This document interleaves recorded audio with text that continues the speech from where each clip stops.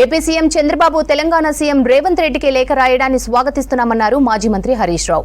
విభజన సమస్య పరిష్కారం కోసం చర్చించుకోవడం మంచిదన్నారు. అయితే 2014లో ఖమ్మం జిల్లాలోని 7 మండలాలను ఏపీలో కలిపారన్నారు.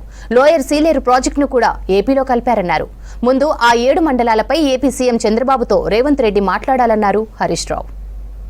ఆంధ్రప్రదేశ్ ముఖ్యమంత్రి గారు చంద్రబాబు నాయుడు గారు రాష్ట్ర విభజన సమస్యల మీద చర్చించడానికి మన ముఖ్యమంత్రి గారికి లేఖ రాసినట్టుగా పత్రికల్లో చూశాం. సంతోషం. ఏదైనా చర్చల ద్వారా సమస్యలు పరిష్కరించుకోవాలి. అయితే మన రాష్ట్రానికి సంబంధించిన అతి ముఖ్యమైన సమస్య, రాష్ట్రం ఏర్పడిన తొలినాళ్లలోనే 7 మండలాలను లోయర్ సీలేరు పవర్ ప్రాజెక్టును ఆ రోజు అన్యాయంగా ఆంధ్రప్రదేశ్లో కలిపారు. రాష్ట్రం ఎంతగానో నష్టపోయింది. మరి రేవంత్ రెడ్డి గారు ఈ విషయం మీద చొరవ చూపాలి.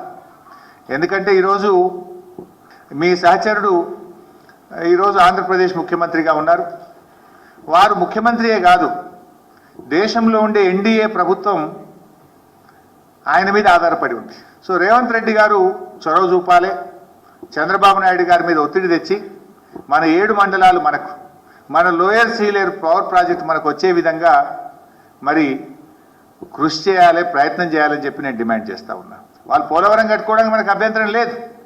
ఇలా కనీసం భద్రాచలం టెంపుల్కి వచ్చే భక్తుల బండ్లు పెట్టుకోవడానికి పార్కింగ్కు జాగ లేకుండా అయిపోయింది.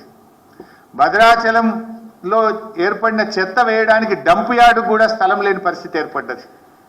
ఆ 7 మండలాల ప్రజలు కూడా తెలంగాణతో ఉండాలని కోరుకుంటా ఉన్నారు. ఇలా శక్తివంతులు చంద్రబాబు నాయుడు గారు, ఆయన చేతుల్లో బీజేపీ ప్రభుత్వం ఉంది, ఎన్డీఏ ప్రభుత్వం ఉంది. ఆయన చొరవ చూపి 7 మండలాలు మనకి ఇచ్చే విధంగా రేవంత్ రెడ్డి గారు ఒత్తిడి తేవాలి. ఈ 7 మండలాలు ఇచ్చినాకనే మిగతా విభజన సమస్యలపై ముందుకు పోవాలని చెప్పి నేను ప్రభుత్వాన్ని